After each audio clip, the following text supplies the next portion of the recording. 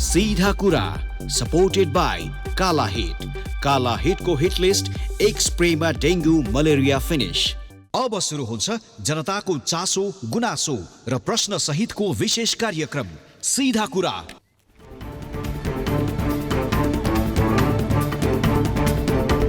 आजको सीधा कुरामा हामीले काठमाडौँको माइती घरमा 21 दिनदेखि न्याय माग्दै मिटर ब्याज पीडितहरू यी लगायत देशैभरका मिटर ब्याज पीडितहरूको प्रसङ्ग उठाउँदैछौँ।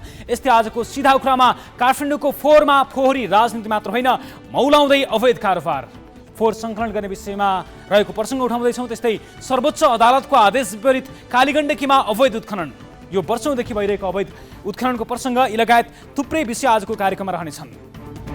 नमस्ते, विश्वभरबाट कार्यक्रम सीधा कुरा हेरिरहनुभएका सम्पूर्ण दर्शकमा स्वागत छ। म युवराज खडेल।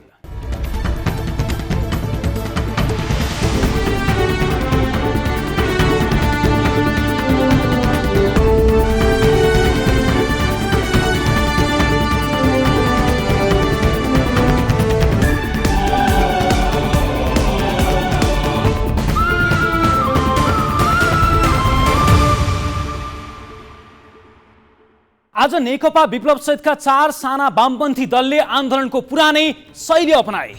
उनीहरूले फेरि नेपाल बन्दको पुरानो हतियार प्रयोग गर्ने प्रयास गरे, तर उनीहरूको यो हतियार खिया लागेर डेट एक्सपायर भएको स्पष्ट देखियो। देशका विभिन्न ठाउँमा सचेत नागरिकले अवज्ञा मात्र होइन बन्दकर्ताहरूमाथि हातपात नै गरेर यो सन्देश दिएपछि नेपालमा बन्दको संस्कार अब सधैँका लागि बन्द भइसकेको छ। उपत्यकामा बिहानै केही सवारी साधनमा तोडफोड गर्ने प्रयास भयो।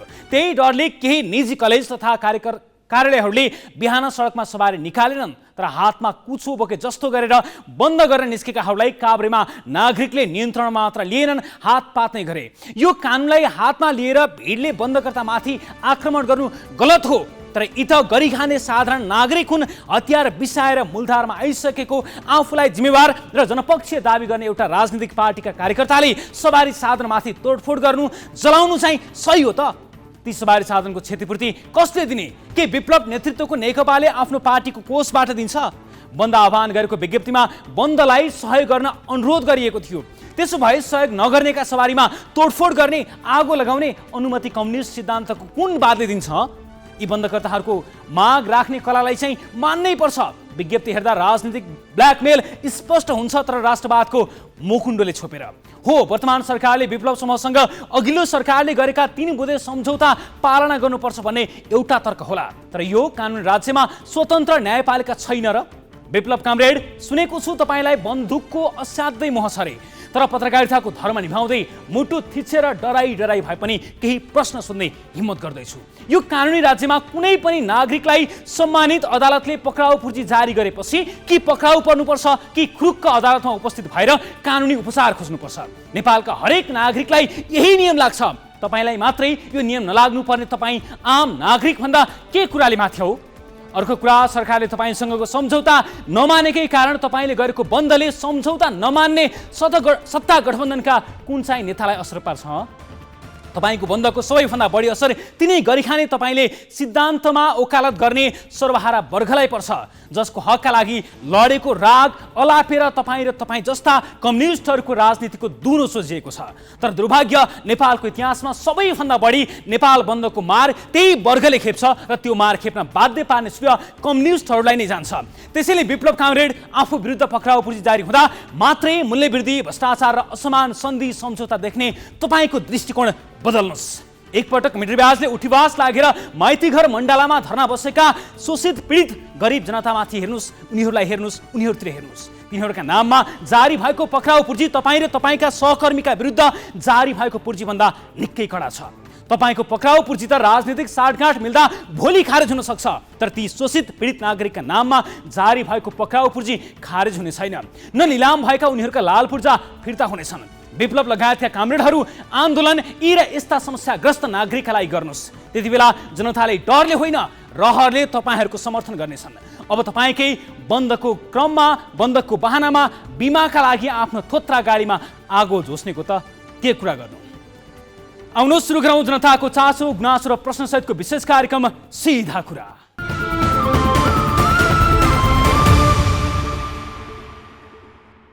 ब्रेकपछि सिधा कुराको नयाँ श्रृङ्खलामा स्वागत छ। आज हामीले तपाईहरुकै चासो गुनासोलाई समेटेर रिपोर्ट तयार पारेका छौं भने सम्बन्धित सरकारवालासँग तिनै रिपोर्टका विषयमा जवाफ माग्ने प्रयास गर्नेछौं। साथै कार्यक्रम अवधिभर फोन तथा भिडियो कल मार्फत तपाई आफ्ना समस्या तथा गुनासोहरू राख्न सक्नुहुनेछ। अब लागौं आजको पहिलो विषयतर्फ। घर गृहस्थी चलाउन, उपचार गर्न, छोराछोरीलाई विदेश पठाउन, रोजगारीका लागि अवसरहरू सिर्जना गर्न तथा उद्यम गर्नका लागि साहु महाजनबाट पैसा लिए। सरसापटमा गृहस्थी चलाउने पुरानो नेपाली परम्परा जस्तै हो। तर त्यसरी सापट दिएको रकमको 10औं गुणा असुलेर घरबार विहीन बनाइसक्दा पनि आफ्नो रकम लिन बाँकी भएको फन्दै सयौं नागरिक मिट्री ब्याजको फन्दामा परेका छन्। लिएको पैसाको 10औं गुणा तिरेर भएको जायज जथा साउकै नाममा भइसक्दा पनि तमसुक देखाएर तर्साउने मिट्री ब्याजको अतिवादका विरुद्ध पीडितहरू एक भएका छन्। उनीहरू पहिलो चरणको आन्दोलनले पार नलागेपछि यति बेला काठमाडौँको माइती घरमा दोस्रो चरणको आन्दोलन गरिरहेका छन्। प्रधानमन्त्रीले यो समस्या छिटो समाधान गर्न निर्देशन दिएपछि झण्डै 2000 उजुरी परेका छन् भने केही पीडक पक्राउ पनि परेका छन्। यो रिपोर्ट हेर्नुहोस्। नवलपरासीका मिट्री ब्याज पीडितहरू माइती घरमा यसरी आन्दोलन गर्न थालेको 21 दिन पूरा भएको छ। उनीहरू दिनभर माइती घरमा धर्ना दिन्छन्। रात परेपछि कहिले गौसला त कहिले कीर्तिपुरमा पाल टाँगेर बस्छन्।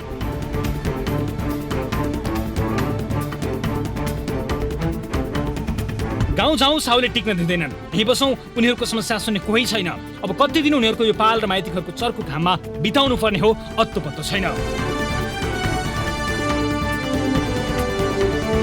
यो उनीहरूको दोस्रो चरणको आन्दोलन हो। अघिल्लो आन्दोलनपछि भएका सहमति पुरा नभएपछि उनीहरू फेरि आन्दोलनका लागि काठमाडौँ आएका हुन्। सुस्ता, प्रतापपुर, बर्दाघाट, रामग्राम र सरवाराका 65 जना भन्दा धेरैको घर जग्गा लिलाम हुने अवस्थामा पुगेपछि उनीहरू अहिले काठमाडौँमा आन्दोलन गरिरहेका छन्।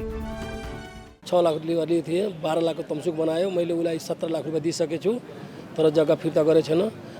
त्यो जग्गा जुन छ 16 कट्ठा उसलाई दिएछु, त्यो जग्गा पनि गरेर आधी उसलाई दिन्छु।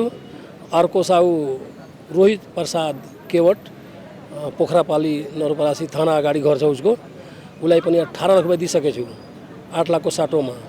जग्गा पनि गरेर उसलाई दिन्छु, तर जग्गा फिर्ता गरेको छैन। अझै 22 लाख मागिरहेछ।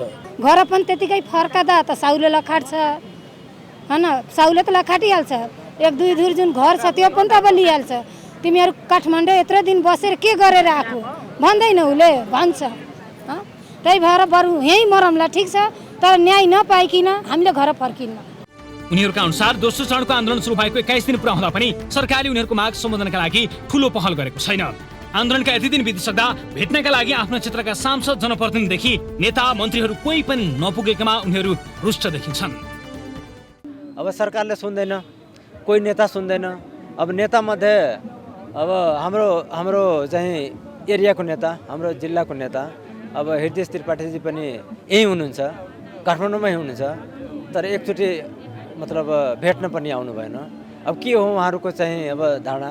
अब हामीले भोट दिएर चाहिँ उहाँहरूलाई जितायौँ, तर हाम्रै गाउँको पीडितहरू आछन्, तर भेट्न आउनु भएन। सुस्तावासीले आफूहरूको समस्या राज्यले नबुझेको आरोप लगाए पनि पछिल्लो समय भने केही आशा लाग्दा कदमहरू चालिएका छन्। उनीहरूले दोस्रो चरणको आन्दोलन सुरु गरेपछि प्रधानमन्त्री शेरबहादुर देउवाले गृहमन्त्री, नेपाल प्रहरी तथा सशस्त्र प्रहरी प्रमुख, गृह सचिवलाई बोलाएर मिट्री ब्याजको समस्या समाधान गर्न निर्देशन दिएका थिए। त्यसपछि गत साउन 27 गते गृह मन्त्रालयले सहसचिव डाक्टर भीष्मकुमार भुसालको संयोजकतामा कार्यदल गठन गरेको थियो, जसमा सीआईबीका एसएसपी दिनेश आचार्य, गृह मन्त्रालयको उपसचिव श्रीकृष्ण पौडेल, उपत्यका अपराध अनुसन्धान कार्यालयका एसपी कृष्ण प्रसाद कोइराला र राष्ट्रिय अनुसन्धान विभागका उप अनुसन्धान निर्देशक मुकुन्द मरहट्टा सदस्य छन् भने डीएसपी रोशन खड्का कार्यदल सचिव छन्। उनीहरूलाई प्रतिवेदन बुझाउन 1 महिनाको समयावधि दिइएको छ। कार्यदल गठन गरेर लगत्तै साउन 28 गते गृह मन्त्रालयले सूचना जारी गर्दै मिट्री ब्याज पीडितहरूलाई भदौ 5 गते भित्र आफ्नो जिल्लाको प्रशासन कार्यालयमा उजुरी दर्ता गराउन आह्वान गरेका थिए।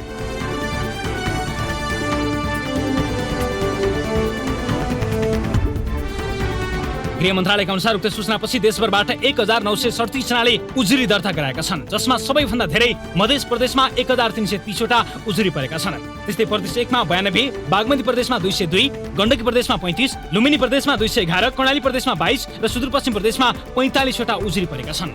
गृहमन्त्री बालकृष्ण खाँडले यो आँकडा अनुमान गरे भन्दा निकै उच्च रहेको र सबै उजुरी उपरि छानबिन र कारबाही हुने प्रतिबद्धता जनाएका छन्। उजुरीका उपर चाहिँ नि हामीले छानबिन पनि गर्छौँ र छानबिन र कारबाही पनि चाहिँ नि गर्छौँ। त्यसपछि आउने उजुरीहरूका पनि हाम्रो तिनलाई पनि हामीले छानबिन त गर्ने नै हो। भाद्र 5 गतेसम्म आएको उजुरी हेर्दाखेरि यो सोच्या भन्दा चाहिँ नि व्यापक रहेछ कि। त्यसले गर्दाखेरि अब हाम्रो स्थानीय अनुसन्धान कार्यालयहरू, नेपाल प्रहरी या यो जिल्ला प्रशासन कार्यालयले यसको व्यवस्थापन र कार्यान्वयनमा पनि महत्त्वपूर्ण चाहिँ समय खर्चिनुपर्ने र यसलाई प्राथमिकता दिनुपर्ने देखियो अहिले। छोटो अवधिमै परेका ती धेरै उजुरीबाट देशभरि मेट्रीब्याजले जालो कसरी फैलाएको छ सहजै अनुमान गर्न सकिन्छ। अझ कति मानिसहरू सूचनाको पहुँचमै छैनन्। यो अवस्थामा उजुरी संख्या छनै बढ्ने निश्चित छ।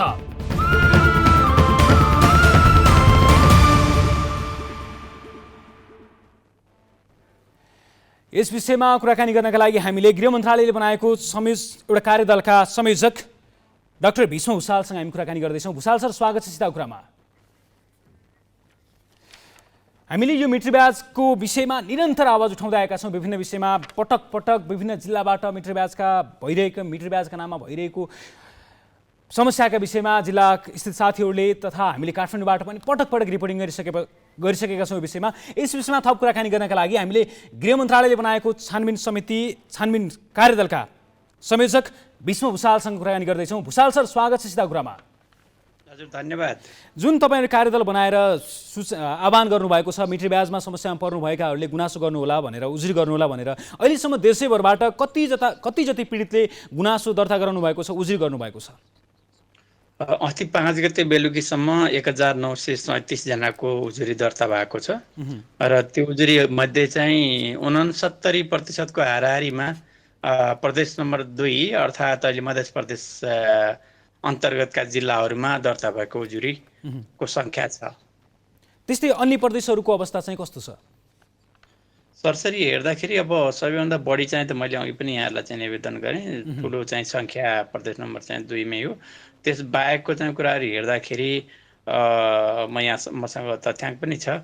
कर्णाली प्रदेशमा जम्मा 22वटा उजुरी परेका छन् भने सुदूरपश्चिमबाट 45 वटा, लुम्बिनी प्रदेशबाट 211, गण्डकी प्रदेशमा 35, बागमतीमा 202 र 1 नम्बर प्रदेशमा 92 गरेर 1937 उजुरीहरू दर्ता भएको अवस्था छ। उजुरीमा उल्लेख भए अनुसार चाहिँ कस्ता कस्ता मान्छेहरू चाहिँ यसका लगानीकर्ता छन्, मिट्रीब्याजका लगानीकर्ताहरू छन्? अब हामीले अहिले चाहिँ उजुरीको संख्या मात्र प्राप्त गरेका छौँ, किन भन्दाखेरि उजुरीको प्रकृति एकदमै दर्जनौं खालको चाहिँ यो ठगीको तरिका भएको हुनाले हामीले यसको वर्गीकरण गर्नको लागि चाहिँ हिजै फेरि जिल्ला प्रशासन कार्यालयहरूलाई वर्गीकरणको ढाँचा र तत्काल छानबिन प्रक्रिया अगाडि बढाउँदाखेरि अवलम्बन गर्नुपर्ने तौर तरिकाको बारेमा सामान्य मार्गनिर्देश पनि पठाएका छौँ। अब यो सबै वर्गीकरण भएर आइसकेपछि यसको थप कस्ता कस्ता प्रकृतिका चाहिँ पीडकहरू छन् र पीडितहरूलाई कसरी झुक्काइएको छ भन्ने कुरा हाम्रो प्रतिवेदनमा प्राप्त हुनेछ। अब जसरी वर्गीकरण भएर आउँछ त्यसपछि प्रक्रिया अघि बढ्छ भन्नुभएको छ, कार्यदलले नै कारबाही गर्छ कि जिल्ला प्रशासनहरूलाई नै यो अधिकार प्रत्यायोजन गर्छ कि अब यसको कारबाही प्रक्रिया चाहिँ कस्तो हुन्छ सर? कार्यदलले कारबाही गर्ने होइन, कार्यदलले कारबाहीको अहिले विद्यमान कानुन अन्तर्गत रहेर कारबाही गर्ने तौर तरिकाको बारेमा सुझाव दिन्छ र कतिपय सवालहरूमा जस्तो सोझै हाम्रो नेपाल प्रहरीको सिआइबीमा दर्ता भएका केसहरू छन् भने त्यहाँ सिआइबीमा पनि कार्यदलको साथीहरू हुनुहुन्छ, त्यस्ता केसहरू चाहिँ सिआइबीले तत्कालै छानबिनको प्रक्रियामा लैजान्छ भने जिल्ला प्रशासन कार्यालय अथवा जिल्ला प्रहरी कार्यालयमा दर्ता भएका उजुरीहरू उप पनि वर्गीकरणको काम भनेको महिनौ लाग्ने विषय होइन। सुरुमा चाहिँ उजुरी दर्ता भएका उजुरीहरूलाई वर्गीकरण गरेर तत्कालै प्रमुख जिल्ला अधिकारीले त्यसलाई कारबाही प्रक्रियामा चाहिँ लैजानुहुन्छ। जुन कुराहरू विद्यमान कानुनले प्रमुख जिल्ला अधिकारी अथवा हाम्रो स्थानीय प्रशासनको क्षेत्राधिकारमा नरहेको अथवा तत्कालै अदालतमा चुनौती दिने खालका विषयहरू देखिए भनेदेखि त्यस्ता किसिमका उजुरीहरूको सूची बनाएर उजुरीको प्रकृतिसहित उहाँहरूले फेरि कार्यदल समक्ष पठाउनुहुन्छ र कार्यदलले आफ्नो सिफारिसमा त्यस्ता प्रकृतिका उजुरीहरूलाई कारबाही गर्नका लागि के विधि अवलम्बन गराउने भन्ने चाहिँ बारेमा र अन्तर्निकाय समन्वयका कुराहरू लगायतका त्यसका समाधानका उपायहरू चाहिँ सिफारिस गर्छ। यिनी त कतिपय सिआइबीमा दर्ता भएका जिल्ला प्रशासनको सम्पर्कमा आएका स्थानीय तहमा आएका कुराहरू भए। कतिपय मुद्दाहरू त कतिपय उजुरीहरू त अदालतमा गएर फैसला पनि भइसकेका मुद्दाहरू छन्, तिनीहरूले पनि गुनासो गरिरहेका छन्। माइतीघर मण्डलमा आएकाहरू पनि कतिपयहरूले चाहिँ हामी अदालतबाट समेत हाम्रो उठिवास लाग्यो भनिरहेका छन्। त्यस्ता उजुरीहरूको उप चाहिँ कस्तो प्रक्रिया हुन्छ? अदालतको क्षेत्राधिकारभित्र प्रवेश गरिसकेको विषयमा हामीले अहिले बोल्न मिल्दैन। तथापि यहाँले भन्नुभयो जस्तो पीडितहरूसँग कुनै प्रमाण नरहने तर पीडकहरूले उल्टै उता शोषण पनि गर्ने र आफूले बलियो प्रमाण राखेर अदालतमा केस लगेर त्यही प्रमाणको आधारमा पीडकहरूले चाहिँ उन्मुक्ति पाइरहेको अवस्था छ भने पनि भोलिका दिनहरूमा कानुनमा कस्तो खालको परिमार्जन गर्न आवश्यक छ भन्ने चाहिँ विषयमा समेत कार्यदलले सिफारिस गर्छ। जस्तो अहिले माइतीघर मण्डलमा आएर पनि 21 दिनदेखि आन्दोलन गरिरहेको विषय हामीले भर्खरै देखाइरहेका थियौँ। उहाँहरूको गुनासो पनि अहिलेको यो उजुरीमा परेको छ, यो कार्यदलले हेरेको छ। उहाँहरूको उजुरी आज मात्रै दर्ता भएको छ। आज बेलुकी साँझसम्म पनि उहाँहरूको चाहिँ सिआइबीमा उजुरी दर्ता हुने क्रम जारी थियो। उहाँहरू चाहिँ सङ्घर्षरत हुनुहुन्थ्यो तर दर्ता गराउनु भएको थिएन। उहाँहरूले केही सूचना हामीलाई उपलब्ध गराउनु भएको थियो तर औपचारिक रूपले चाहिँ उजुरी दर्ता आज भयो उहाँहरूको। अब यो मिट्री ब्याजको प्रसङ्ग, मिट्री ब्याजको यो किचलो, यो समस्या चाहिँ वर्षौँदेखि तन्किँदै आइरहेको थियो। अहिले आएर सरकारले तपाईँको संयोजकत्वमा कार्यदलले बनाएको छ। अब यो कार्यदलले दिएको सुझाव, यसले गरेको अनुसन्धानलाई यसले दिएको सुझावले यस पछाडि यो मिट्री ब्याजको समस्या फेरि बल्झिँदैन भन्ने चाहिँ केही ग्यारेन्टी छ? अब यो कार्यदलले सिफारिस गर्दाखेरि नबल्झिने उपायहरू के हुन सक्छन् भन्ने बारेमा सिफारिस गर्छ। त्यसपछि अब यो त्यस बमोजिम कानुन कति के बन्लान् नबन्लान् ती कुराहरू चाहिँ भनेको कार्यदलको क्षेत्राधिकारको विषय भएनन्। तर पनि हामीले जुन खालको अब स्थलगत अध्ययन समेत गरेर एक किसिमको सिफारिस दिने अवस्थामा हामी पुग्छौँ। त्यति बेला फेरि चाहिँ यहाँहरूसँग हामी छलफलमै रहन्छौँ र यहाँहरूले चाहिँ हामीले सिफारिस गरेका विषयहरू के थिए भन्ने बारेमा पनि जनमानसमा जानकारी गराउन सक्नु नै हुनेछ। त्यसले गर्दाखेरि नयाँ कानुनहरू बनाउनका लागि थप सेन्सिटाइज गर्न हाम्रा विधायकजीहरूलाई पनि यसबारेमा थप जानकारी दिनलाई सजिलो नै हुनेछ। हामीले दिउँसो मात्र भेटेका धेरै मिटर ब्याजबाट समस्यामा परेका व्यक्तिहरूले के भन्दै हुन्थ्यो भने कार्यदल बन्यो, यसले छानबिन गर्ला तर हामी न्याय पाउँछौँ भनेर ढुक्क भएर घर फर्किने वातावरण चाहिँ कसरी बुझ्ने, कसरी हुनसक्छ भनेर प्रश्न गर्नुभएको थियो। मैले यही प्रश्न तपाईँलाई गरेँ। मैले एकदम संक्षेपमा भन्नुपर्दाखेरि राज्यले जहिले पनि रुल अफ ल अथवा कानुनको शासन कसरी स्थापित गर्ने भनेर प्रयत्न गरिराखेको हुन्छ र हाम्रो समाजमा पक्कै पनि धेरै खालका विकृतिहरू र शोषणका यस्ता माध्यमहरू छन् जसले गर्दाखेरि न्यायपूर्ण समाजको बाटोमा हाम्रो जुन यात्रा छ, सरकारको यात्रा, त्यसमा चाहिँ जहाँ जहाँ अवरोध पुगिरहेको छ ती कुराहरू अवरोध पन्छाउँदै न्यायपूर्ण समाजको विकासका लागि अगाडि बढ्नु राज्यको दायित्व हो, कर्तव्य हो र नागरिकहरू शोषण रहित समाजमा बाँच्न पाउनु उनीहरूको मौलिक हक पनि हो। हुन्छ विष्णु सर, समय र जानकारीका लागि तपाईँलाई धेरै धेरै धन्यवाद। यहाँहरूलाई पनि धेरै धन्यवाद। यो मिटर ब्याजबाट पीडित सबै दाजुभाइ दिदीबहिनीहरू समक्ष हाम्रो आवाज पुर्याउन समय दिनुभएको। मैले एउटा कुरा फेरि यहाँ दोहोऱ्याउने अनुमति चाहेँ। यो 5 गतेसम्म हामीले जुन खालको उजुरीहरू दर्ता गर्नको लागि समय सीमा दिएका थियौँ त्यो 5 गते पछि दर्तै नहुने भन्ने होइन। हामीलाई चाहिँ एउटा छानबिनको क्रममा अगाडि बढ्नका लागि कहाँनिर यसको चाहिँ गम्भीरता बढी छ भन्ने कुरा जानकारीमा लिनको लागि र यस्ता विषयमा उजुरी गर्नुपर्छ, न्यायिक रोहमा चाहिँ अपराधीहरूलाई लैजानुपर्छ भन्ने कुरा चाहिँ सबैलाई जानकारी होस् भनेर मात्रै मिति तोकिएको थियो। अझै पनि पीडितहरू जहाँ जहाँ हुनुहुन्छ उहाँहरूले निरन्तर जिल्ला प्रहरी कार्यालय अथवा जिल्ला प्रशासन कार्यालयमा उजुरी चाहिँ दिइराख्न सक्नुहुन्छ र यहाँहरूले उजुरी दिँदाखेरि सकेसम्म कुनै न कुनै तथ्य आधार प्रमाण सहित चाहिँ दिनुभयो भनेदेखि स्थानीय प्रशासनले छानबिन प्रक्रिया अगाडि बढाउन सजिलो हुन्छ। मैले यति निवेदन। धन्यवाद सर। आशा गरौँ तपाईँको संयोजकत्वमा रहेको कार्यदलले मिट्री ब्याजको समस्यालाई समाधान गर्नेछ। उहाँ हुनुहुन्थ्यो गृह मन्त्रालयका सहसचिव जो गृह मन्त्रालयले बनाएको मिट्री ब्याजको समस्या समाधानका लागि गृह मन्त्रालयले बनाएको कार्यदलका संयोजक रहनु भएको छ। हामीसँग अन्य थुप्रै प्रसङ्गहरू बाँकी नै रहेका छन्। त्योभन्दा पहिले पालो भएको छ ब्रेकको।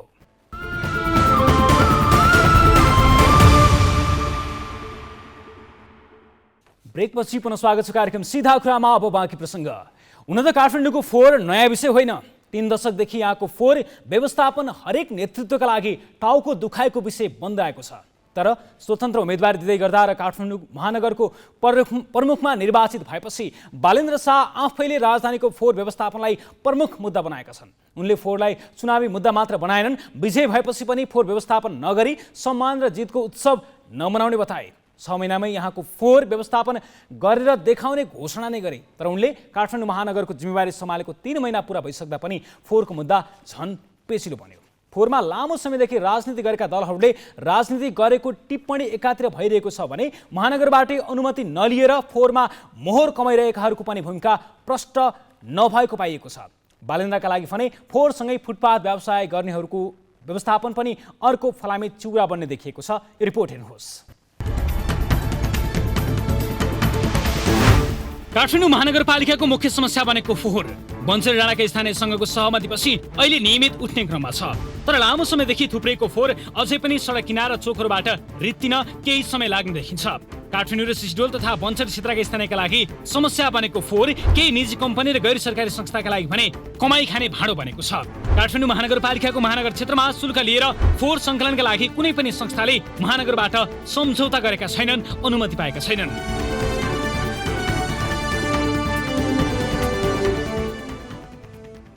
कुनै पनि उहाँहरूले चाहिँ सम्झौता गरिकन चाहिँ अहिले फोहोर उठाइरहेको अवस्था छैन।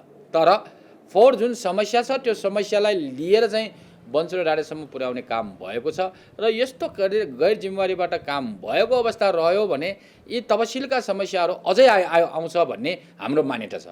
तर काठमाडौँ महानगरपालिका आफैले भने सडक पेटी र केही सम्पदा क्षेत्रको मात्रै फोहोर उठाउँछ। त्यसबाहेक अन्य फोहोर भने काठमाडौँमा सञ्चालित 35 भन्दा बढी कम्पनी तथा गैर सरकारी संस्थाले नगरवासीसँग चर्को शुल्क लिएर उठाउने गरेका छन्। कानुनत स्थानीय तहसँग सम्झौता नगरी कुनै पनि कम्पनी वा संस्थाले फोहोर सङ्कलन गर्न पाउँदैनन्। तर काठमाडौँमा भने सम्झौता बिना नै चर्को शुल्क लिएर राज्यलाई कर समेत नतिरी अरबौं कारोबार गरिरहेका छन्। प्राक्टिकल वेस्ट सोल्युसन प्रणाली, परिवर्तन सेवा प्रणाली, नेप्सी म्याक्स सेवा प्रणाली, वेस्ट म्यानेजमेन्ट सेवा प्रणाली, एक्सन वेस्ट प्रणाली, बानेश्वर महिला वातावरण सेवा प्रणाली, क्रिएटिभ सेवा प्रणाली लगायतका कम्पनीहरूले उपत्यकाको 80% बढी फोहोर सङ्कलन गर्छन्। काठमाडौँ महानगरपालिकाको करिब 80% र सिङ्गो उपत्यकाको 90% फोहोर चाहिँ निजी क्षेत्रले यसको फोहोरलाई सङ्कलन गर्ने, यसको न्यूनीकरण गर्ने, वर्गीकरण गर्ने, कम्पोस्ट मल बनाउने, यो सडक तथा नदी सरसफाइ गर्ने, यो सार्वजनिक जनचेतनामूलक सरसफाइ अभियान का कार्यमा चाहिँ क्रियाशील रहेको छ। यी संस्थाहरूले फोहोर सङ्कलन शुल्क स्वरूप प्रति घर मासिक कम्तीमा 400 रुपियाँदेखि होटल तथा ठुला व्यवसायबाट 15,000 रुपियाँसम्म उठाइरहेका छन्। त्यसबाहेक पनि जरिवाना, कार दर्ता शुल्क, साडभाड खर्च समेत उठाउने गरेका छन्। काठमाडौँ महानगरका 7वटा वडाका 16,000 बढी घरधुरीको फोहोर सङ्कलन गर्ने फोहोर महिला व्यवस्थापन महासङ्घका उपाध्यक्ष मित्रप्रसाद घिमिरेको परिवर्तन सेवा प्रणालीले मासिक 400 फोहोर व्यवस्थापन शुल्क लिन्छ भने चाडपर्व खर्च समेत लिन्छ।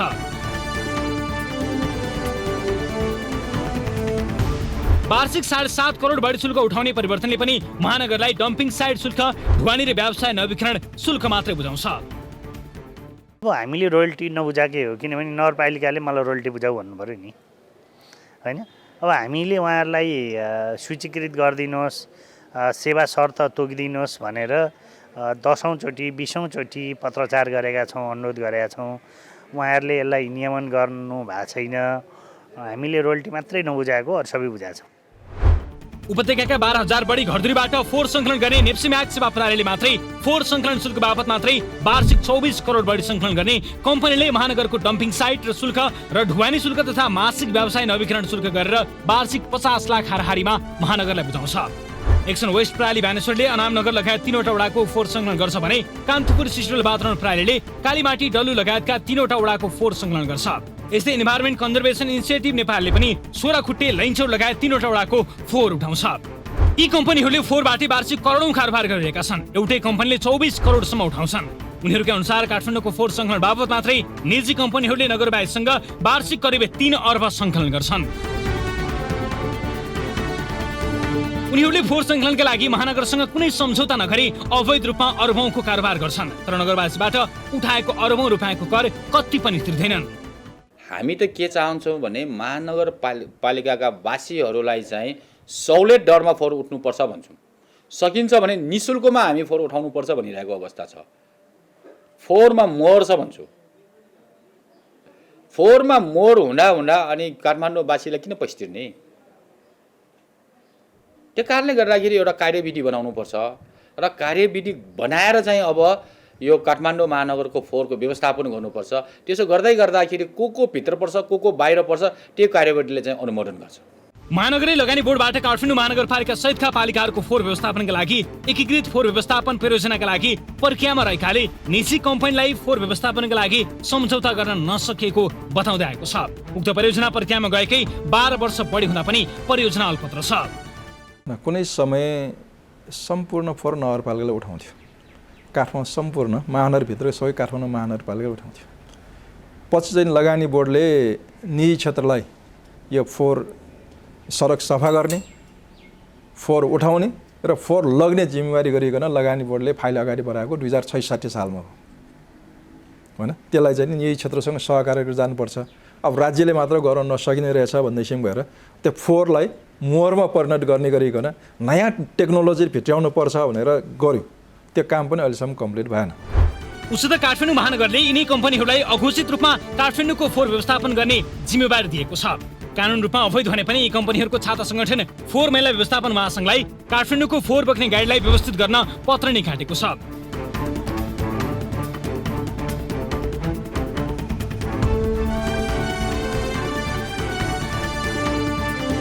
यसरी काठमाडौँ महानगरपालिकाले फोहोर व्यवस्थापनका लागि आवश्यक कार्यविधि बनाउन नसक्नु तथा लगानी बोर्ड मार्फत निजी कम्पनी मार्फत सञ्चालन गर्ने भनिएको परियोजनालाई टुङ्गोमा लगाउन नसक्दा काठमाडौँको फोहोरमा फोहोरी राजनीतिसँगै अवैध कारोबार समेत मौलाउँदै जानेछ। उसो त नवनिर्वाचित मेयर बालेन्द्र शाहका लागि पनि फोहोर व्यवस्थापन चुनौती बनिरहेको छ। लामो सङ्घर्षपछि फोहोर नियमित उठ्न थाले पनि काठमाडौँको फुटपाथ व्यवस्थापनको विषय पनि जटिल बन्दै गएको छ।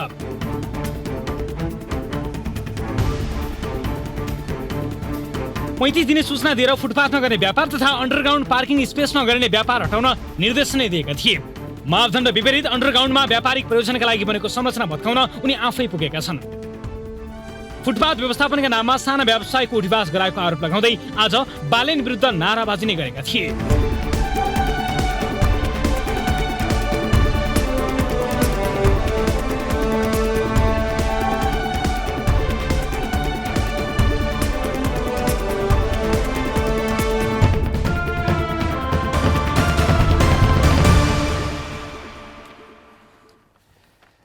काठमाडौँ महानगरपालिकाको फोहोरको विषयमा यो कसले उठाउँछ, कसरी उठाइरहेको छ भन्ने विषयमा कुराकानी गर्नका लागि हामीले काठमाडौँ महानगरपालिकाको फोहोर सङ्कलन गरिरहेका विभिन्न सङ्घ संस्थाको नेतृत्व गरिरहनुभएका नेपाल फोहोर मैला व्यवस्थापन सङ्घ नेपालका अध्यक्ष धनप्रसाद आचार्य ध्रुवलाई सम्पर्क गरेका छौँ। आचार्य सर, स्वागत छ सिधा कुरामा। धन्यवाद। यो काठमाडौँको फोहोर तपाईँहरूले कसरी उठाइरहनु भएको छ? यो काठमाडौँको फोहोर व्यवस्थापनको इतिहासलाई हेर्दै हो भने खासमा हामीले एउटा अभियानको रूपमा यो आवश्यकताको सिद्धान्त अनुसार चाहिँ यो अभियानको सुरुवात भएको थियो झन्डै 25 वर्ष अगाडिबाट र अहिले चाहिँ काठमाडौँ महानगरपालिकाभित्र करिब 35वटा कम्पनीहरू चाहिँ विभिन्न क्षेत्रमा क्रियाशील छन् र यो चाहिँ पोलिटास मस्टिएको सिद्धान्त अनुसार जसले फोहोर उत्पादन गर्नुहुन्छ उहाँले शुल्क तिर्नुपर्छ भन्ने मान्यताको आधारमा सेवा शुल्क लिएर चाहिँ काठमाडौँ महानगरपालिकासँग आवश्यक समन्वय गरेर काम भइरहेको छ। कुनै पनि स्थानीय निकाय अन्तर्गतको फोहोर व्यवस्थापन गर्नका लागि पनि केही मापदण्डहरू हुन्छन्। कानुन रूपमा नै स्थानीय तहसँग सम्झौता गरेर आफ्नो छुट्टै ठाउँलाई कुनै न कुनै छुट्याउनका लागि आफ्नो छुट्टै ठाउँ बनाएर विभिन्न मापदण्डहरू हुन्छन्। तपाईँहरूले कतै सम्झौता गर्नुभएको छ? सम्झौताको कुरा चाहिँ यस्तो छ, खासमा यो दोहोरो सम्झौता अथवा यति नै वर्षको लागि यसरी भनेर त्यो विशेष सम्झौता चाहिँ हामीसँग छैन। तर हामीले वडा कार्यालय काठमाडौँ महानगरपालिका रासायनिक व्यवस्थापन विभागसँग चाहिँ आवश्यकता अनुसारको सिफारिस लिएर समन्वय गरेर नै काम गरिरहेका छौँ र शुल्कको कुरा गर्दाखेरि पनि काठमाडौँ महानगरपालिकाले नगर परिषदबाट पारित गरेको शुल्कको आधारमा शुल्क लिइएको छ र यसलाई चाहिँ फोहोरको परिमाणको आधारमा द्विपक्षीय सहमतिमा शुल्कहरू निर्धारण गर्ने गरिएको छ जसले धेरै फोहोर उत्पादन गर्छ। तपाईँहरूले शुल्क फोहोर उठाइरहनु भएको छ, शुल्क चाहिँ के आधारमा लिनुहुन्छ? शुल्क चाहिँ मैले भनिसकेँ, नगरपालिकाले चाहिँ नगर परिषदबाट केही वर्ष अगाडि चाहिँ शुल्क निर्धारण गरेको छ। त्यो शुल्कको आधारमा र त्यसलाई चाहिँ नगरपालिकाले नगर कार्य समितिले पारित गरेको कुरालाई कार्यान्वयन गर्न त नगरपालिकासँग तपाईँहरूको सम्झौता नै छैन महानगरसँग? सम्झौता नहुँदै पनि तपाईँहरूले शुल्क लिएर फोहोर उठाउनुहोस् भनेको नगरपालिका महानगरको आदेश छ, निर्देशन छ कि? सम्झौता भन्दा पनि यस्तो छ, फोहोर मैला व्यवस्थापन ऐनमा फोहोर व्यवस्थापनको लागि शुल्क लिन सक्ने कानुनी व्यवस्था छ। त्यो शुल्क चाहिँ नगरपालिकाले आफै वा निजी क्षेत्रको संस्था मार्फत सङ्कलन गर्न सक्ने कानुनी व्यवस्था छ। र महानगरपालिकाले पनि फोहोर व्यवस्थापन गर्दा चाहिँ केही ठाउँहरूमा महानगर आफैले पनि शुल्क लिएर चाहिँ उठाउने गरेको छ। त्यसको आधारमा नगर परिषदबाट प्रत्येक घरधुरीको शुल्कहरू निर्धारण गरेर वेबसाइटमा यहाँहरूले हेर्न पनि सक्नुहुन्छ। शुल्क निर्धारण गरिएको होइन, नगर परिषदबाट पारित भएको कुरा उठाउन त पाउनुभयो, तर त्यसका लागि कानुनी रूप त आधार त पहिला क्लियर हुनु पर्यो। काठमाडौँ महानगरपालिकाले तपाईँहरूसँग सम्झौता नगरेको हो कि तपाईँहरू नजानु भएको हो कि तपाईँहरूले सेवा शुल्कका नाममा शुल्क लिनुहुन्छ, त्यसपछि चाडपर्व खर्च पनि उठाउनुहुन्छ? सम्झौताको कुरा यस्तो छ, हामीले पटक पटक महानगरपालिकामा अहिले मात्र होइन, यो ऐन बन्नुभन्दा अगाडि हामी चाहिँ 2065 सालदेखि नै एउटा चाहिँ निश्चित मापदण्डमा हामी काम गर्न चाहन्छौँ र एउटा कानुनी दायराभित्र यसलाई व्यवस्थित गर्नुपर्छ र विवेचनाका साथ काम गर्ने बाटोमा भयो भने यो समस्या पनि दीर्घ रूपमा समाधान गर्न सकिन्छ भनेर हामीले दर्जनौँ पटक घोषणापत्रहरू पेश गरेका छौँ। र फोहोर मैला व्यवस्थापन ऐन निर्माणको लागि पनि हामीले नै धेरै पहल गरेर ऐन आयो, तर ऐन आउने बित्तिकै चाहिँ उपत्यकाभरिको यो विशेष फोहोर मैला व्यवस्थापन परियोजनाको अन्तर्राष्ट्रिय टेन्डर भएको कारणले अहिले काम गरिरहेको संस्थाहरूसँग चाहिँ सम्झौता गर्नलाई लगानी बोर्डले रोक लगाएको छ भन्ने उहाँहरूको जवाफ आएको छ। हामी त्यो सम्झौता गर्न अहिले मलाई तपाईँहरू भनिदिनु, तपाईँको साउन्ड मैले एकदमै अलि समस्या भइरहेछ मलाई सुन्नलाई। तपाईँले भनेको मैले नबुझेको पनि हुनसक्छु केही कुराहरू, त्यही भएर दोहोऱ्याएको हुनसक्छु, मलाई क्षमा गरिदिनु होला दोहोऱ्याएको भए। यदि 30-35वटा सङ्घ संस्थाहरू विभिन्न कम्पनीहरूले फोहोर उठाइरहनु भएको छ, तपाईँहरूले शुल्क लिनुभएको छ, अब तपाईँहरूको यो फोहोर उठाउने विषयमा कानुनी अवस्था के हो त? तपाईँहरू वैध हुनुहुन्छ अवैध हुनुहुन्छ? तपाईँले गरिरहेको काम वैध हो अवैध हो? तपाईँहरू सङ्कलन गरिरहेको शुल्क वैध हो अवैध हो? होइन, यसमा शुल्क हामीले लिएको शुल्क एकदमै वैध हो हामी दाबी गर्छौँ। हामी कम्पनी रजिस्ट्रारको कार्यालयमा दर्ता भएका कम्पनीहरूले हामीले आयकरदेखि भ्याटदेखि र विभिन्न शीर्षकमा हुने टिडिएसहरू सबै सरकारलाई बुझाएका छौँ। हामीले जुन 400 शुल्क पुरा गर्नुभयो त्यो 400मा हामीले भ्याट पनि बुझाएका छौँ र त्यो भ्याटको हिसाब चाहिँ धेरै ठुलो परिमाणमा आउँछ। प्रायः सबै कम्पनीहरू भ्याटमा दर्ता हुनुभएको छ र चाडपर्व शुल्कको कुरा गर्दा चाहिँ हामी 365 दिन नै सेवा प्रवाह गर्छौँ र हामीले दसैँ महिनामा चाहिँ कर्मचारीहरूलाई थप सुविधाहरू प्रदान गर्ने लगायतको कामहरूको लागि चाहिँ उहाँहरूसँग अनुरोध गरेर हामीले 1 महिनाको शुल्क चाहिँ यो वर्षभरिको चाडबाडमा पनि फोहोर व्यवस्थापन गरे बापत चाहिँ कर्मचारीको सुविधालाई व्यवस्थापन गर्नको लागि चाहिँ उहाँहरूसँग अनुरोध गरेर लिएको शुल्क हो र त्यो सबै सेवाग्राहीसँग हाम्रो सम्बन्ध। तपाईँहरूले काठमाडौँ उपत्यकाबाट मलाई अन्तिममा एउटा जानकारी फेरि दोहोऱ्याइदिनुहोस्। तपाईँहरू काठमाडौँ उपत्यकाबाट कति फोहोर उठाउनुहुन्छ र यो फोहोर उठाए बापत तपाईँहरू सबै संस्थाहरूले गरेर कति शुल्क उठाउनुहुन्छ? काठमाडौँ उपत्यकाभरि करिब 1200 टन फोहोर उत्पादन हुन्छ भन्ने टेन्टेटिभ अनुमान छ। त्यसमा चाहिँ झन्डै 80% भन्दा बढी चाहिँ हामी निजी क्षेत्रबाट सङ्कलन गर्छौँ र यसमा कति पैसा उठ्छ भन्ने डेटा चाहिँ हामीले त्यति सबै सङ्कलन गरेका छैनौँ र पर रेटको कुरा गर्दा चाहिँ हामीले 300 रुपियाँदेखि 600 रुपियाँसम्म प्रत्येक घरमा चाहिँ र अरू चाहिँ इन्स्टिट्युसनहरूमा चाहिँ फोहोरको परिमाणको आधारमा द्विपक्षीय सहमतिमा निर्धारण गर्ने गरेका छौँ र करिब पर डे 900 टन जति फोहोर चाहिँ हामी सङ्कलन गरेर ल्यान्डफिल साइटसम्म पुर्याउँछौँ। तपाईँहरू निजी संस्थाहरूले प्राइभेट कम्पनीहरूले तथा गैर संस्थाहरूले फोहोर उठाउँदै गर्दा त्यो फोहोरको वर्गीकरणका लागि त तपाईँहरूसँग आफ्नै जग्गा हुनुपर्छ भन्ने कानुनी मान्यता हुन्छ, कानुनी आधार हुन्छ। तपाईँहरूसँग आफ्नै जग्गा छ कि तपाईँ ल्यान्डफिल साइटमै बन्चर डाँडामै पुर्याउनुहुन्छ?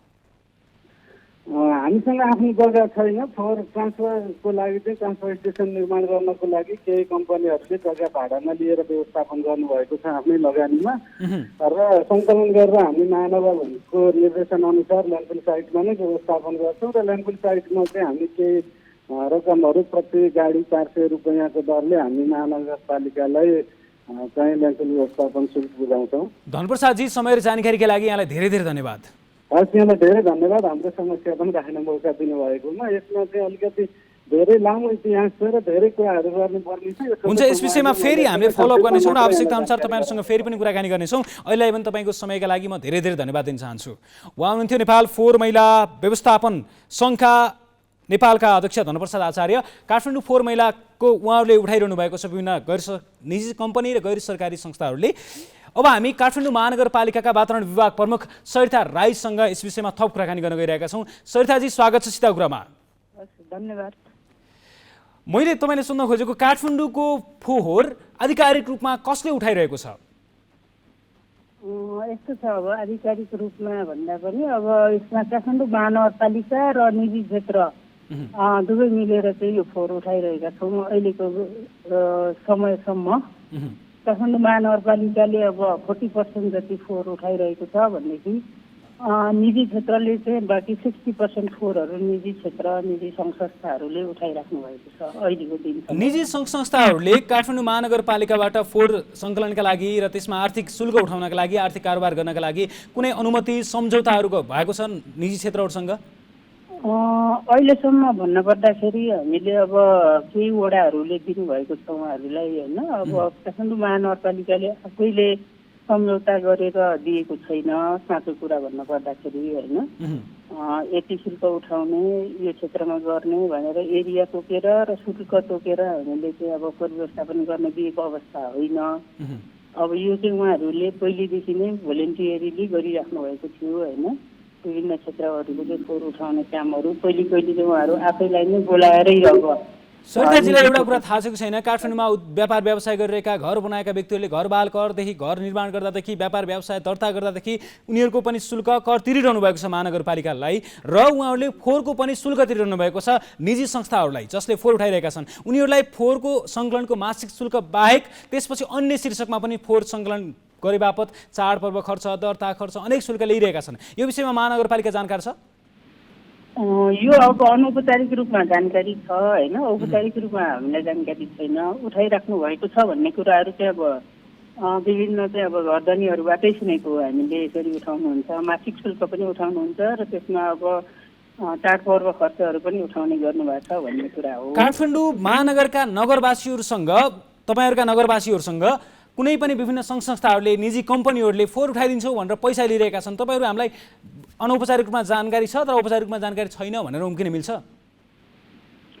होइन, त्यो कस्तो छ भनेदेखि नि तपाईँको अनौपचारिक रूपमा मैले भन्दाखेरि अब हामीले चाहिँ यति शुल्क उठाउनु भनेर अहिलेसम्म निजी क्षेत्रहरूलाई हामीले सम्झौता गरेर नदिएको अवस्थाको कारणले यो भएको हो होइन।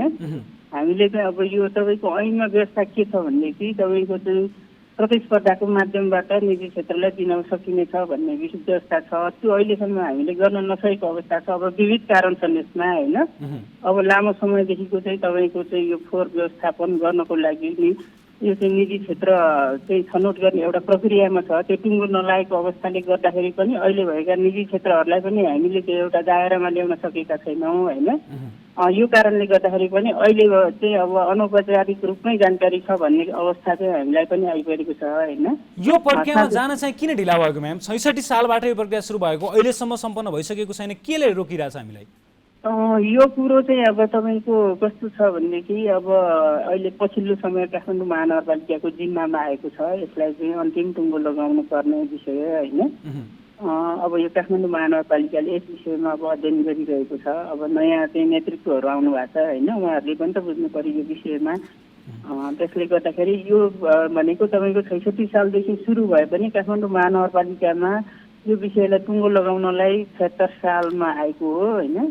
अनि अब यसको अब अन्तिम टुङ्गो लगाइसकेको अवस्था छ। अब नयाँ नेतृत्वहरूले पनि यस विषयमा चाहिँ अध्ययन गर्नुपर्छ, बुझ्नुपर्छ। त्यो कारणले गर्दाखेरि अहिले टुङ्गो लगाइसकेको अवस्था छैन। काठमाडौँ महानगरलाई थाहा छ कि, जानकारी छ कि काठमाडौँको फोहोरमा व्यापार भइरहेको छ, निजी कम्पनीहरूले, निजी सङ्घ संस्थाले उठाइरहेका छन् र शुल्क लिइरहेका छन् भन्नेमा भोलि काठमाडौँवासीहरूले हामी शुल्क दिँदैनौँ, हामीले फोहोर कर तिरिरहेका छौँ, विभिन्न शुल्क तिरिरहेका छौँ र हामीले फोहोरको पैसा तिर्नुपर्ने छँदा पनि बाध्यकारी अवस्था छँदा पनि छैन भनेर शुल्क उनीहरूले नदिने, त्यसपछि निजी संस्थाहरूले हामीले फोहोर उठाउँदैनौँ भन्दाको दिन फेरि महानगरपालिकासँग त अरू व्यवस्था छैन फोहोर उठाउनका लागि आफ्नै, त्यो दिन फेरि फोहोर घरमै थुप्रिने अवस्था हुने हो। होइन, शुल्क भनेको तपाईँको कस्तो हो भनेदेखि यो कर र यो फोहोरलाई दिने शुल्कलाई एउटै रूपमा हेर्नु हुँदैन होइन। त्यो चाहिँ उहाँहरूले सेवा शुल्क लिएको हो होइन। अब उहाँहरूले पनि आफ्नो सञ्चालन खर्चहरू अब ल्यान्डफिल साइटसम्म लाने, ढुवानी गर्ने, सङ्कलन गर्ने यी कारणहरूले गर्दाखेरि पनि शुल्क उठाउनु पर्ने कारण होला होइन।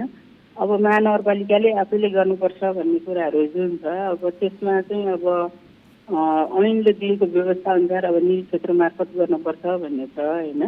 अब यसमा सार्वजनिक नीति साझेदारी अवधारणा अन्तर्गत गर्नुपर्छ फोहोरको व्यवस्थापन भन्ने विषय छ। अब त्यो विषय मैले अघि पनि निवेदन गरेँ। त्यो विषयका अझै अब प्रक्रिया टुङ्गो नलागिसकेको अवस्थाले गर्दाखेरि कति समय लाग्ला म्याम यो प्रक्रिया सकिनलाई टुङ्गो लाग्नलाई? मलाई पनि अब ठ्याक्कै यति नै भन्न सकिँदैन। अब यो अन्तिम अवस्थामा आइसकेको छ। अब सायद यो प्रक्रिया टुङ्गोमा नलाग्दा चाहिँ काठमाडौँ नगरको फोहोर निजी संस्थाहरूले पैसा लिएर उठाउँछन्, त्यसपछि काठमाडौँ महानगरपालिका राज्यले खर्च गरेर बनाइदिएको बन्चरी डाँडामा लगेर उनीहरूले खसालिदिन्छन्। उनीहरूले त्यो बिचमा मात्र यति पैसा उठाउँछन्, अर्बौँ रुपियाँ हुँदो रहेछ, करोडौँ रुपियाँ। एउटै कम्पनीले 24-25 करोड रुपियाँ उठाउँदो रहेछ म्याम। यसको विषयमा राज्यले कर त गएको छैन। त्यो डाटा चाहिँ अब हामीसँग पनि छैन। अब उहाँहरूलाई हामीले लिने शुल्क भनेको तपाईँको डिस्पोजल शुल्क चाहिँ लिन्छौँ। त्यहाँ बन्चरी डाँडामा ल्यान्डफिल साइटमा फोहोर खसाले बापत 2 किसिमको शुल्क छ, त्यो चाहिँ हामीले त्यहाँ लिन्छौँ होइन।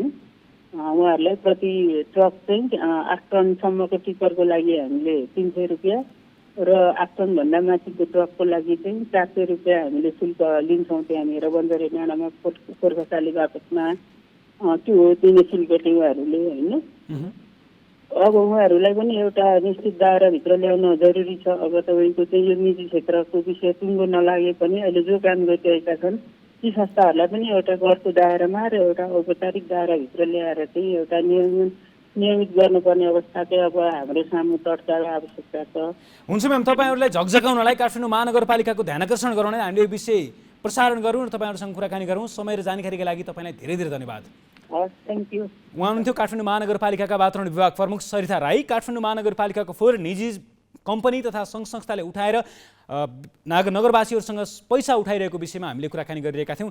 हामीसँग अनि थुप्रै विषय रहेका छन्। काठमाडौँको फोहोर व्यवस्थापनका लागि अर्को चुनौती भनेको सडक पनि हो। बालाजु तिलीपिप्ले सडक खण्डको निर्माणमा सैलुङ कन्स्ट्रक्सनले लापरवाही गर्दा फोहोर बोक्ने सवारीलाई शास्ति भएको थियो। अब भने सरकारले सैलुङ कन्स्ट्रक्सनसँग ठेक्का तोडेर फास्ट ट्र्याकमा ठेक्का लगाउनु भएको छ। हामीसँग अरू विषयतर्फ जानुभन्दा पहिले पालो भएको छ अर्को छोटो ब्रेकको। ब्रेकपछि पुनः स्वागत छ कार्यक्रम सीधा कुरामा। अब बाँकी प्रसङ्ग। धार्मिक रूपमा समेत चर्चित कालीगण्डकी नदीमा वर्षौंदेखि हुँदै आएको अवैध उत्खनन रोक्न सर्वोच्च अदालतको आदेश समेत कार्यान्वयन नभएको पाइएको छ। बागलुङ, म्याग्दी र पर्वत जिल्लामा सञ्चालित दर्जन बढी क्रसर उद्योगले बिना ठेक्का सम्झौता मापदण्ड विपरीत मध्यरातमा डोजर प्रयोग गरेर नियमित निरन्तर उत्खनन गरिरहेका छन्। यहाँ अचम्म त के छ भने कालीगण्डकी नदीमा नदीजन्य वस्तु उत्खनन गर्न कुनै पनि स्थानीय निकायले ठेक्का सम्झौता गरेका छैनन्। तर कालीगण्डकी नदी किनारमा सञ्चालित दर्जन बढी क्रसर उद्योगमा कालीगण्डकीबाट उत्खनन भएको बालुवा गिट्टीको रास देखिन्छ। प्रहरी प्रशासनले कहिलेकाहीँ ट्र्याक्टर डोजर नियन्त्रणमा नलिएको पनि होइन, तर अनुगमनमा नियन्त्रणमा जाने टोलीमै क्रसर सञ्चालकहरू हुन्छन्। अनुगमन तथा नियन्त्रणका लागि जाने टोलीमै क्रसर उद्योगहरू सञ्चालकहरू हुन्छन्। अझै भनौँ अनुगमन जानु पूर्व हामी आउँदैछौँ है भन्ने खबर गरेर मात्रै कालीगण्डकी नदी किनारमा पुग्छन् अनुगमनका लागि गएका टोलीहरू। नदीमा बालुवा उत्खननका ठुला ठुला खाडले भेटिन्छन्। क्रसर उद्योगमा बालुवाको रास भेटिन्छ, तर कारवाही कसैलाई हुँदैन, उत्खनन रोकिँदैन। ग्यालेक्सी संवाददाताहरू म्याग्दीबाट सन्तोष गौतम, पर्वतबाट सुमन थापा र बागलुङबाट डम्बर बुढाले पठाएको यो रिपोर्ट हेर्नुहोस्। सर्वोच्च अदालतको 2078 असार 29 गतेको अन्तरिम आदेश अनुसार स्थानीय तहले कालीगण्डकी नदीबाट ढुङ्गा, गिटी र बालुवा उत्खनन गर्न ठेक्का प्रक्रिया अघि बढाएका छैनन्। स्थानीय तहले ठेक्का नलगाए पनि अवैध रूपमा कालीगण्डकीमा उत्खनन भने भइरहेको छ। असार 15 देखि भदौ 15 गतेसम्म नदीजन्य पदार्थ उत्खनन गर्न नपाउने नियम छ। सर्वोच्चको आदेश र कानुनी व्यवस्थाको धज्जी उडाएर पर्वत, बागलुङ र म्याग्दी स्थित कालीगण्डकी नदी किनारबाट बर्खायाममा बालुवा उत्खनन भइरहेको छ। जसले क्रसर मेसिन चलाएका छन् ती आफै राजनीतिक रूपमा संरक्षित छन्। राजनीतिक पार्टीका जिल्ला अध्यक्षदेखि लिएर नगरदेखि लिएर आफै गाउँपालिकाका चाहिँ अध्यक्ष, इभन नगरपालिकाका मेयरसम्मका व्यक्तिहरू र मेयरका दावेदारसम्मका व्यक्तिहरूको यसमा इन्भल्भमेन्ट छ। यिनीहरूले चाहिँ जिल्लाका चाहिँ प्रशासनिक संयन्त्रहरूलाई चाहिँ इन्फ्लुएन्स प्रभाव पार्छन्, जसका कारणले गर्दाखेरि यिनीहरू चाहिँ संरक्षित छन् र गैरकानुनी रूपमा चाहिँ यो धन्दालाई चाहिँ तपाईँको चलाइरहेका छन्। बिहान साँझ राति र पानी परिरहेको समयमा मौका छोपेर सुरक्षा निकाय जनप्रतिनिधि प्रशासनलाई प्रभाव र दबावमा पारेर डोजर प्रयोग गरेर बालुवा चोरी निकासी भइरहेको छ। सर्वोच्च अदालतको आदेशका कारण कालीगण्डकीमा ठेक्का नलागे पनि अवैध रूपमा उत्खनन हुँदा राजस्व गुमेको मात्र छैन, बिना मापदण्ड र नियमन बिनाको उत्खननले कालीगण्डकीको अस्तित्व नै जोखिममा परेको छ। पर्वतको जलजला गाउँपालिकामा पर्ने कालीगण्डकी क्षेत्रमा मात्रै अवैध रूपमा उत्खनन भएको नदीजन्य वस्तु गाउँपालिकाले नियन्त्रणमा लिएर करिब 26 लाखमा लिलाममा राखेको छ। हामीसँग प्रहरी छैन, केही छैन, हामीले रोक्न सकेको अवस्था छैन र हामीले प्रहरीलाई हार गुहार गरेका छौँ। उहाँहरूले खै सुन्नु नसुन्नु गर्नुभएको छ या के हो थाहा भएन। अघिल्लो पटक हामीले लगभग जरिवाना गरेर हामीले प्रहरीले साथ दिएर जरिवाना गरेर हामीले 80-90 लाख रुपियाँ उठाएका थियौँ। अहिले त हामी त्यो उठाउनु सकेका छैनौँ। प्रहरीलाई भनेका छौँ, प्रहरीले खै नदेखेको गरेको अवस्था हो कि के हो थाहै भएन। अब दिनौदिन त्यो बालुवाको थुप्रो हिमालको चुचुरो जस्तो भएको अवस्था छ। सुरक्षा निकायले कालीगण्डकीको बगरमा बरामद गरेर बुझाएको नदीजन्य वस्तु लिलाम गरेर बेनी नगरपालिकाले गत वर्ष 41 लाख रुपियाँ राजस्व उठाएको थियो। रातो पहिरो बगुवा खोला र आनन्द बगरमा घाट बनाएर डोजरले बालुवा निकाले पनि अहिले अनुगमन समितिले बुझाएको छैन। प्रहरीले समातेर त्यसलाई प्रक्रियामा अगाडि बढाउँदैछ भन्ने सुनेको, तर हामी कहाँ आएको छैन। यो धेरै पनि भइसक्यो, 15-20 दिन भइसक्यो।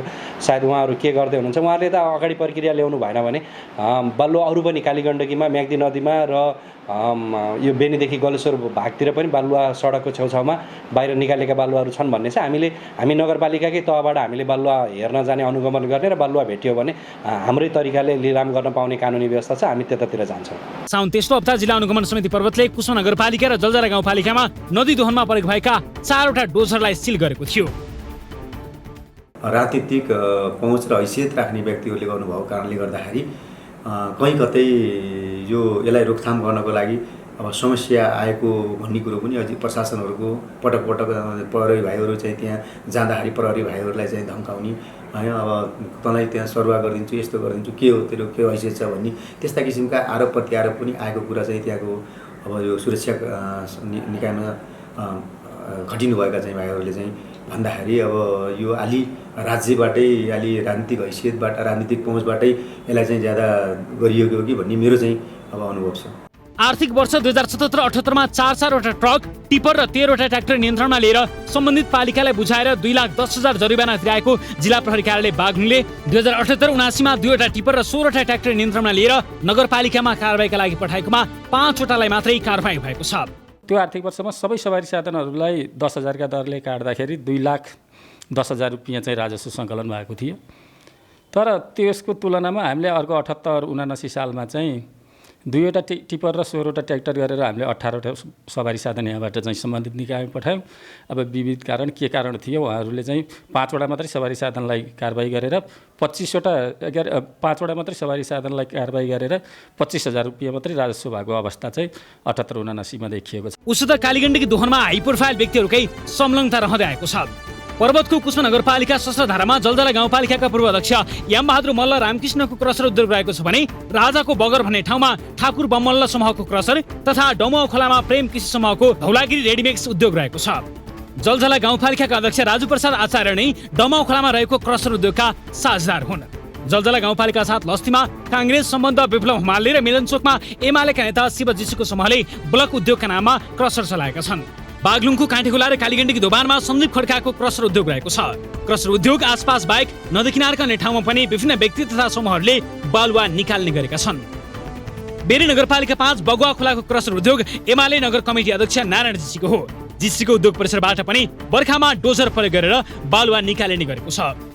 बर्खामा बाढीले बगाएर ल्याएको बालुवा थुपार्न नदीभित्रै खोज बनाएका हुन्छन्। छोटो समयमा धेरै र कम लागतमा बढी गहिराईमा पुगेर बालुवा निकाल्न पाइने लोभले कानुनले नदिए पनि उनीहरूले डोजर प्रयोग गर्ने गरेका छन्। डोजरको जथाभावी प्रयोग र उत्खनन गर्दा पर्यावरण वातावरणमा असर परेको, कटान र बाढीको जोखिम बढेको, जलचरको वासस्थान नासिएको, मानव सभ्यतासँग जोडिएको कालीगण्डकी बचाउ अभियानका अभियन्ता आरके अदित्य गिरी बताउँछन्। हामीले नदीनालालाई चाहिँ के बुझ्नु पर्यो भने बौद्धिक सुरक्षा गर्ने एउटा सम्पत्तिको रूपमा हामीले लिनुपर्छ। यो अहिले पछिल्ला हस्तक्षेपहरू छ, यी अक्षम्य छ। जो खालको नेचरको आफ्नो एउटा नियम छ, संरचना छ, उसले एउटा मौनताको भाषा बोलिरहेको हुन्छ। हामीले यसरी हस्तक्षेप गरिरहेका छौँ र यसले निम्त्याउने सङ्कट चाहिँ हामी कल्पना बाहिरको छ। उत्खननमा संलग्नहरूले भने विकास आयोजनाका लागि आवश्यक पर्ने कच्चा पदार्थ आपूर्ति स्थानीय स्तरमै नजन्य वस्तुको सहज व्यवस्थापन गर्नुको साटो अनुगमन र नीतिगत कमजोरीको फाइदा उठाएर आफ्नो स्वार्थ पूरा नभएपछि दुःख दिने गरेको तर्क गर्छन्।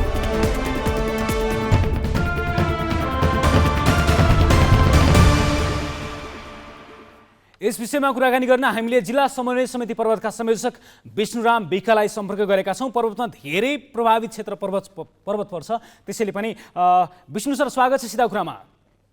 धन्यवाद सर, हजुरलाई हजुरको सबै टिमलाई। यो पर्वत म्याग्दी र बागलुङको सिमानामा पर्ने कालीगण्डकी नदी किनारमा पर्ने क्रसर उद्योगमा ठुला ठुला बालुवा गिट्टी रोडाको चाहिँ रास देखिन्छ। अहिले त उत्खनन गर्न पनि रोकिएको छ, तर यो रास चाहिँ कहाँबाट आउँदो रहेछ? उहाँले कहाँबाट उत्खनन गरेर ल्याएर राख्नु रहेछ सर?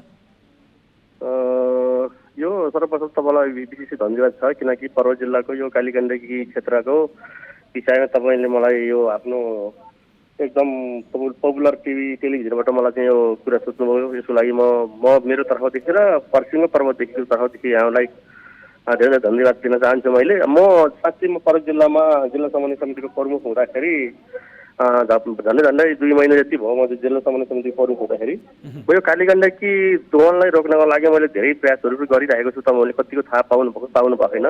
मलाई लाग्छ यो मिडियाहरूबाट तपाईँहरूले सत्य र तथ्य कुराहरू अलिकति त्यसलाई लागिरहनु भएको छ होला, तर रोकिएन सर। कालीगण्डकी नदी किनारमा भएका क्रसर दर्जन बढी क्रसर उद्योगमा अहिले पनि रास छ सर। तपाईँहरू लागिरहनु भएको छ भन्नुहुन्छ। सर्वोच्च अदालतले नै उत्खनन नगर यो ठाउँमा भनेर रोकिसक्यो, रोकिँदैन।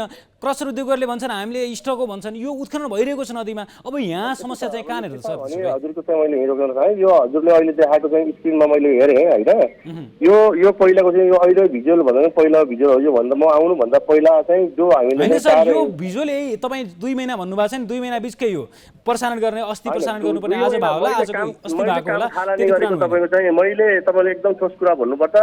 2079 साल 4 महिना 14 गते हामीले एउटा मिटिङ बसेर त्यसले चाहिँ एकदमै ठोस निर्णयको साथ चाहिँ सबै तपाईँ व्यवसायहरूलाई हामीले चाहिँ सूचित गरायौँ। सूचित गराउँदाखेरि पनि व्यवसायहरूलाई नेटेर्दाखेरि अटेर भएर चाहिँ काम गर्ने, दिनमा केही पनि नगरी रातिमा चाहिँ तपाईँ रातभरि त्यहाँको जनतालाई सूचना दिने र जथाभावी चाहिँ तपाईँको कालीगण्डकी दोहन भन्ने भएको चाहिँ खबर मैले भेटेँ। मैले भेटिसकेपछि म त्यहाँ तत्कालै हाम्रो चाहिँ टिम चाहिँ जिल्ला समन्वय समितिको अनुगमन समितिको टिम चाहिँ हामी गइसकेपछि पनि उहाँहरू चाहिँ त्यो आफ्नो ताजामा भएपछि तपाईँको चाहिँ दोहन गर्ने समय दिउँसो भएपछि तपाईँको चाहिँ कालीगण्डकीको छेउभन्दा माथि चाहिँ डोजार लुकाएर अथवा चाहिँ त्यो दोहन गर्ने चिजहरू चाहिँ लुकाएर राख्ने परिस्थिति थियो। त्यस कारण हामीले कसैलाई थाहा नभइकन म आफ्नै चाहिँ यो टिमको लिडर म आफैले गरेको थिएँ र मैले जिल्ला समन्वय समितिको प्रमुखको नाताले त्यसमा भएका समितिका साथीहरू, अनुगमन समितिका साथीहरू, सिडिओ साहब लगायत तपाईँको चाहिँ जिल्ला प्रहरी कार्यालयको प्रमुख, त्यसपछि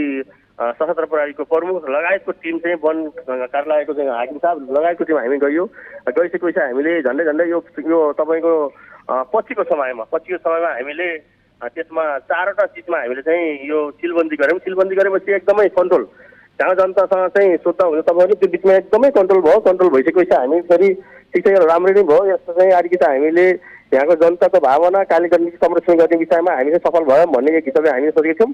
बिचमा म काठमाडौँ गएँ। काठमाडौँ गएर चाहिँ म 1 हप्ता बस्ने क्रममा फेरि पनि दोहन भयो भनेर साथीहरूले अभियन्ता साथीहरूले मलाई सम्पर्क समस्या यही नै रह्यो सर। समस्या यही नै रह्यो। तपाईँहरू अनुगमन गर्नुहुन्छ, नियन्त्रणमा लिनुहुन्छ, अलिकति जरिवाना गर्नुहुन्छ, कारबाही गर्नुहुन्छ, 12वटा पक्राउ पऱ्यो भने 4वटा कारबाही गर्नुहुन्छ, छोडिदिनुहुन्छ। फेरि एक हप्तापछि उनीहरूले उत्खनन गर्छन्, फेरि जानुहुन्छ, साँचो ल्याउनुहुन्छ, फेरि छोडिदिनुहुन्छ। समस्या यही हो, वर्षौँदेखि चल्दै आएको। तपाईँ जनप्रतिनिधि, तपाईँ लगायत थुप्रै जनप्रतिनिधिहरूका लागि यो विषय नयाँ होइन, तर तपाईँहरूको प्लानिङ चाहिँ के हो त उनीहरूलाई रोक्नका लागि? मैले पटक भन्दा पनि साथीहरूलाई, किनभने हामी एउटा राजनीतिक क्षेत्रबाट चाहिँ आएको मान्छे हौ। त्यो बेलमा यो कालीगण्डकी अहिले तपाईँ सर्वोच्च अदालतले रोकेको खण्डमा पनि तपाईँले यो दोहन नगरोस् भन्ने हिसाबले हामी त्यहाँको जनप्रतिनिधि साथीहरूलाई हामीले सूचना गऱ्यौँ, सूचित गराइयो।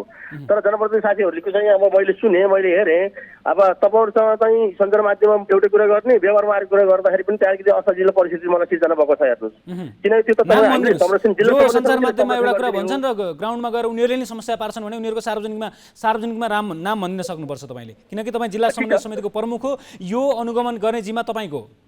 ठिक छ, हो मैले बुझेँ हजुरको कुरा, मैले बुझेँ। मैले चाहिँ यसलाई चाहिँ एकदमै कडा रूपमा मैले आज देखेको छु, मैले फेरि पनि भनिरहेको छु, तपाईँलाई फेरि पनि भन्ने छु। मैले यो कालीगण्डकी मेरो कार्यकालमा यो कालीगण्डकी दोहन जसरी चाहिँ भइरहेको छ, हिजो पनि भइरहेको थियो, अहिले पनि भइरहेको छ, वर्षौँ भइरहेको छ, यो रोक्नको लागि मैले मेरो आफ्नो तर्फबाट चाहिँ मैले हर प्रयास चाहिँ कोसिस गर्नेछु। प्रयास चाहिँ गर्नुहुन्छ सर, तपाईँहरू सबैजनाले प्रयास गर्नुहुन्छ, रोकिन्न भन्नुको मतलब तपाईँहरूको हातबाट पनि यो हातमा पनि छैन भन्ने कुरा हो सर। यो जनप्रतिनिधि स्थानीय तहका जनप्रतिनिधिहरूको हातमा यो छैन, उनीहरूले भन्दा यो धेरै माथिको कुरा हो, पहुँचमै छैन भन्ने कुरा हो सर। यो ठिक छ भन्छ सर, ठिक छ। यो विश्व समाजमा तपाईँ कति हेर्नुभयो, एकदम कन्ट्रोल भएको थियो, यसलाई अलिक कन्ट्रोल गर्नलाई हामी चाहिँ प्रयास गर्नेछौँ। हाम्रो टिमै लागेको छ, अब त्यहाँ चाहिँ सुरक्षा निकायका साथीहरूले मलाई ठुलो सहयोग गर्नुभएको छ होइन। त्यस कारण हाम्रो चाहिँ समन्वयको चाहिँ टिमलाई चाहिँ यो समन्वयको टिमलाई यो अनुगमन समितिको टिमको साथीहरू सबै खट्नु भएको छ। यसलाई तपाईँले चाहिँ सोच्यो भन्दा बढी चाहिँ प्रगति गरेर चाहिँ अगाडि बढ्ने चाहिँ मैले सोच बनाएको छु। हुन्छ सर, समय र जानकारीको लागि तपाईँलाई धेरै धेरै धन्यवाद। हामीले निरन्तर यो विषयलाई फलोअप गरिरहनेछौँ। समय अभावको कारणले गर्दा हामी लामो कुराकानी गर्न पाएनौँ, फेरि फलोअप गर्नेछौँ। समय र जानकारीको लागि तपाईँलाई धेरै धेरै धन्यवाद। धन्यवाद सर। उहाँ हुनुहुन्थ्यो जिल्ला समन्वय समिति पर्वतका संयोजक विष्णुराम विख। कालीगण्डकी नदीमा भइरहेको अवैध द्वन्द्व रोक्नका लागि के कस्ता प्रयास भइरहेका छन्, तपाईँहरू सक्नुहुन्छ कि हुँदैन भन्ने प्रसङ्गमा हामीले कुराकानी गर्दैथ्यौँ। अब अर्को प्रसङ्ग, सप्तरीमा तस्करीको सामान नियन्त्रणमा लिन गएको प्रहरी टोलीमाथि आक्रमण भएको पाइएको छ। जिल्ला प्रहरी कार्यालय सप्तरीका डिएसपी माधव प्रसाद काफ्लेका अनुसार तस्करले ढुङ्गा मुडा गरेपछि 3 जना प्रहरी घाइते भएका छन्। यो छोटो रिपोर्ट हेर्नुहोस्। सप्तरीमा तस्करीको सामान नियन्त्रणमा लिन गएको प्रहरीमाथि तस्कर समूहबाट आक्रमण भएको छ।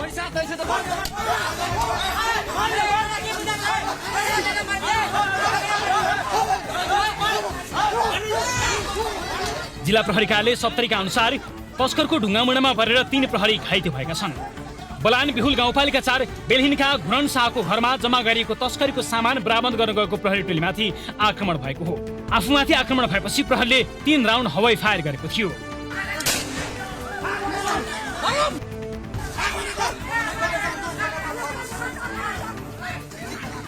हवाई फायरपछि तस्करीको समूह फरार भएको प्रहरीले जनाएको छ। भारतबाट भन्सार छली तस्करी गरी इलेक्ट्रिक सामान र कपडा स्थानीय घुरन शाहको घरमा राखिएको भन्ने सूचनाका आधारमा खानतलासी गर्न पुगेको प्रहरीमाथि आक्रमण भएको हो। प्रहरीका अनुसार तस्करहरूले गरेको ढुङ्गामुडाबाट प्रहरी सहायक हौलदार शिवशंकर शाह, प्रहरी जवान 2 अनिल कुमार बस्नेत र भीषण कुमार मिश्र घाइते भएका छन्। उनीहरूको उपचार भइरहेको र अवस्था सामान्य रहेको तथा घटनाका विषयमा थप अनुसन्धान भइरहेको प्रहरीले जनाएको छ। प्रहरीका अनुसार त्यहाँ विद्युतीय उपकरण र कपडा रहेका छन् भने अहिले उक्त सामान भन्सारको टोलीले नियन्त्रणमा लिएको छ।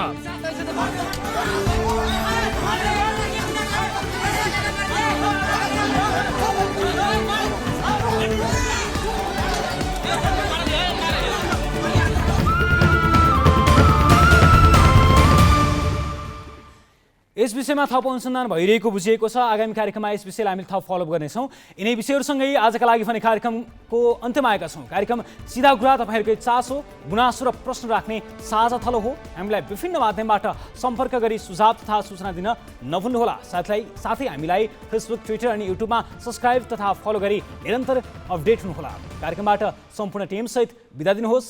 नमस्ते।